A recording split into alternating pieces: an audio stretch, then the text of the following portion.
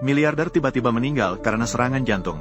Namun saat pembagian warisan, anak laki-laki yang paling dibencinya mendapatkan 300 juta.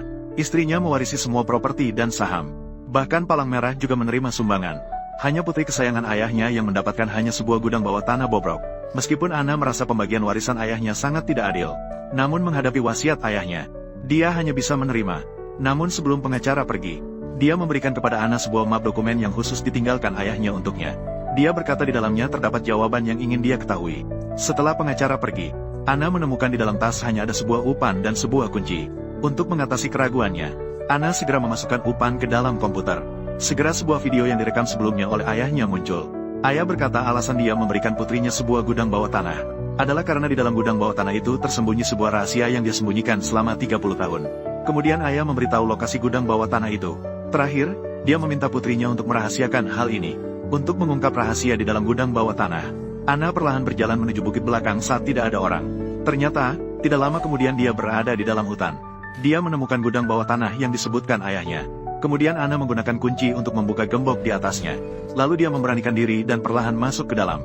Namun, ketika Ana sampai di ujung gudang bawah tanah ke sebuah ruangan, dia terkejut menemukan seorang kakek berambut putih terkurung di sini. Meskipun saat itu hatinya sangat ketakutan, dia tetap memberanikan diri untuk mendekat. Tanpa diduga, detik berikutnya, momen ini membuat Ana terkejut besar. Dia segera lari terbirit-birit keluar. Dia tidak mengerti mengapa ada seorang kakek tua yang terkurung di gudang bawah tanah. Awalnya, dia berpikir untuk menelepon polisi. Namun, ketika dia teringat bahwa ayahnya memintanya untuk merahasiakan, dia memilih untuk menyembunyikan hal ini. Saat itu, kakaknya merasakan kejanggalan. Kakaknya bertanya kepada Ana, apakah dia tidak puas dengan pembagian warisan? Dia bahkan dengan murah hati mengatakan bahwa dia bisa memberinya 1 miliar. Namun, tawaran itu ditolak oleh Ana, karena dia percaya bahwa ayahnya memiliki alasan untuk membagikan warisan seperti itu. Pasti ada alasan di balik pembagian ini. Ketika malam tiba dan suasana menjadi tenang, Ana mengambil sebuah pistol dan kembali ke gudang bawah tanah. Dia ingin mengetahui siapa sebenarnya kakek ini. Namun, ketika Ana masuk ke dalam ruangan, kakek itu mengenalinya. Dan dia bahkan mengetahui berbagai kebiasaannya dengan sangat baik. Bahkan dia tahu bahwa Ana memiliki tanda lahir di pahanya. Ana merasa sangat terkejut setelah mendengarnya. Dia bertanya kepada pria tua itu siapa sebenarnya dia. Namun, pria tua itu tidak mau menjawab. Sebaliknya, dia meminta Ana untuk menyiapkan makanan yang bisa dimakan. Tidak ada pilihan, Ana hanya bisa menurut. Dia membawa makanan dan minuman enak ke gudang bawah tanah. Setelah pria tua itu kenyang dan puas, dia akhirnya mengungkapkan rahasia yang telah dia simpan selama 30 tahun. Ternyata nama orang tua itu adalah Nick. 30 tahun yang lalu, dia adalah teman baik ayah Ana yang miliarder. Suatu malam 30 tahun yang lalu, pria tua itu dan ayahnya baru saja selesai minum di bar dan bersiap untuk pulang.